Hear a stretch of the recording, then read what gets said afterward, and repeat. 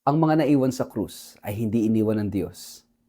Sa halip sila ay pinagkatiwalaan ng Diyos. Kaya't kay Maria, iniwan ni Jesus ang kanyang alagad. Sa alagad, iniwan ni Jesus ang kanyang ina. Sa kanila, iniwan ni Jesus ang simbahan.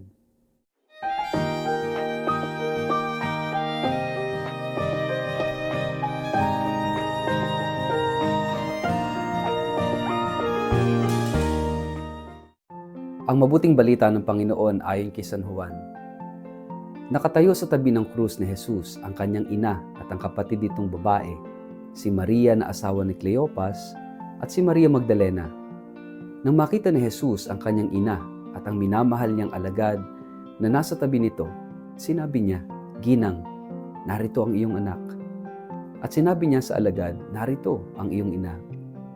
Mula noon pinatira ng alagad na ito sa kanyang bahay ang ina ni Jesus. Ang mabuting balita ng Panginoon.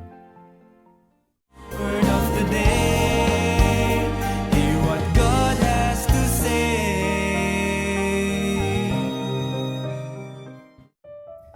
Mapagpalang araw po sa inyong lahat. Kumusta po kayo? Ang ating word of the day ay abandoned. Ang ebanghelyo ngayong araw ay maikli, ngunit napakabigat.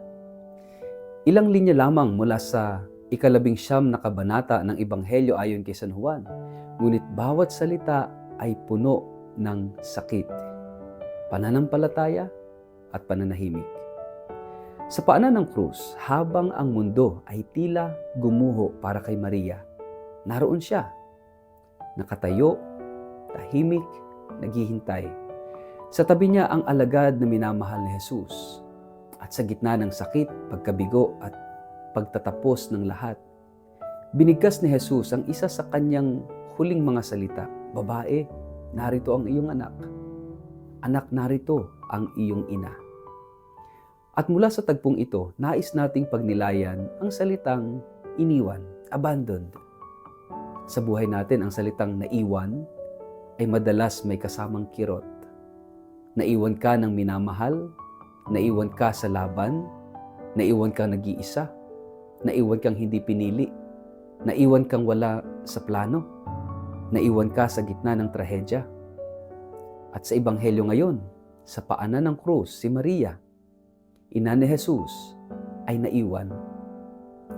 Naiwan siya hindi dahil iniwanan siya ng Diyos, kundi dahil siya ay piniling manatili kahit masakit, kahit wala na siyang maintindihan. Ang pagka-naiwan ay hindi kahinaan sa ebanghelyong ito. Sa katunayan, ito ay larawan ng katatagan. Habang ang marami ay nagsitakbo sa takot, habang ang mga alagad ay nagkubli sa dilim, naroon si Maria at ang minamahal na alagad, naiwan sa paanan ng krus. Ang kanilang presensya sa krus ay hindi katahimikan ng pagsuko, kundi katahimikan ng katapatan. Hindi ito kawalang kakayahan, kundi lakas ng loob na harapin ang hindi maipaliwanag.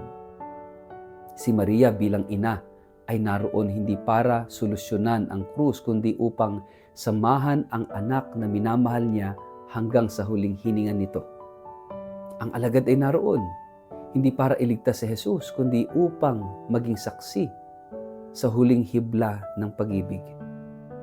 At doon sa pagitan ng sugatang anak at alagad, itinatag ni Jesus ang isang bagong pamilya.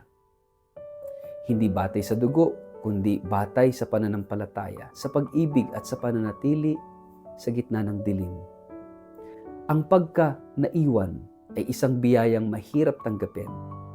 Marami sa atin ang dumaan at patuloy na dumaraan sa sandaling tila naiwan tayo ng lahat, ng kaibigan, ng pamilya, ng inaasahan nating tutulong sa atin. Minsan parang kahit ang Diyos ay tahimik. Pero sa paanan ng krus, makikita natin na ang mga naiwan ay hindi mga talunan. Sila ang nanatili. At minsan, iyan yung pinakamataas na anyo ng pananampalataya. Ang manatili kahit wala nang natitirang paliwanag. Manatili kahit masakit. Manatili kahit hindi naintindihan. manatili kahit parang walang saysay ang lahat. Ang mga naiwan sa krus ay hindi iniwan ng Diyos. Sa halip sila ay pinagkatiwalaan ng Diyos. Kaya't kay Maria, iniwan ni Jesus ang kanyang alagad. Sa alagad, iniwan ni Jesus ang kanyang ina. Sa kanila, iniwan ni Jesus ang simbahan. Minsan sa ating mga krus, sa panahon ng pagluluksa, ng kawalan, ng pagkabigo, ng mga gabi ng pag-iyak na tila walang kasagutan, tayo rin ay para bang naiwan. Ngunit kung titigil tayo saglit, mananahimik at titingin sa krus, makikita natin kasama pala natin si Maria at kasama rin natin ang alagad. At higit sa lahat, kahit ang Panginoon ay waring wala, naroroon siya. Sapagkat ang krus ang kanyang trono at doon niya ipinahayag ang kanyang pinakadalisay na pag-ibig. Kapag naiwan tayo sa isang sitwasyong hindi natin ginusto, ang tanong ay hindi lamang bakit, kundi para saan. Sapagkat ang Diyos, kapag tila nananahimik, ay maaaring naghahanda ng bagong pagtatalaga, isang bagong misyon, isang bagong ugnayan, isang bagong simbahan. Gaya ng ginawa niya kina Maria at Juan. Sa paanan ng krus, ang naiwan ay naging binigyan ng tiwala. Ang naiwan ay naging tagapangalaga. Ang naiwan ay naging kasama sa bagong simula. Sa ang bahagi ng buhay po natin, pakiramdam natin ay naiwan tayo ng tao, ng pangarap, o maging ng Diyos. At paano natin masisilayan ang paanyayan ni Jesus sa krus na manatili, magmahal, at tumanggap ng bagong misyon sa kabila ng sakit ng pagka-naiwan.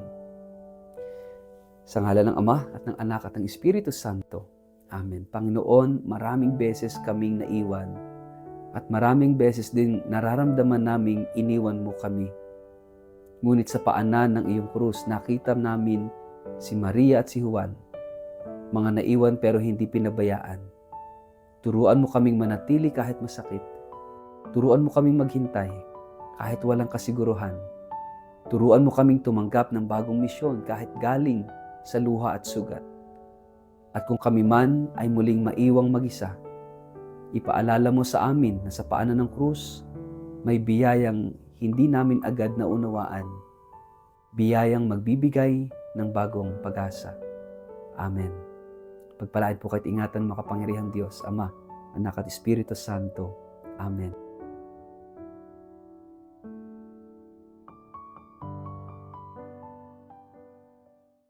Inaanyayahan ko po ang lahat ng mga deboto ng banal na mukha ni Jesus sa ika-11 anibersaryo ng pagkakaluklok ng banal na mukha ni Jesus sa darating na September 16, 2025 dito po sa Shrine of the Holy Face of Jesus sa Nampicuan, Nueva Ecija. Magsisimula po ang ating pagdiriwang sa prosesyon sa ika-6 ng umaga. Kasunod ang mga banal na misa sa ika-7 ng umaga, concelebrated mass sa ika-10 ng umaga, at ika-3 misa sa hapon. Pagkatapos ng huling misa ay isang handog na konsyerto ng pananampalataya at pasasalamat. Halina, magsama-sama tayo sa isang araw ng pananampalataya, pag-asa at pag-ibig kay Kristo sa kanyang banal na mukha dito sa Nampicuan.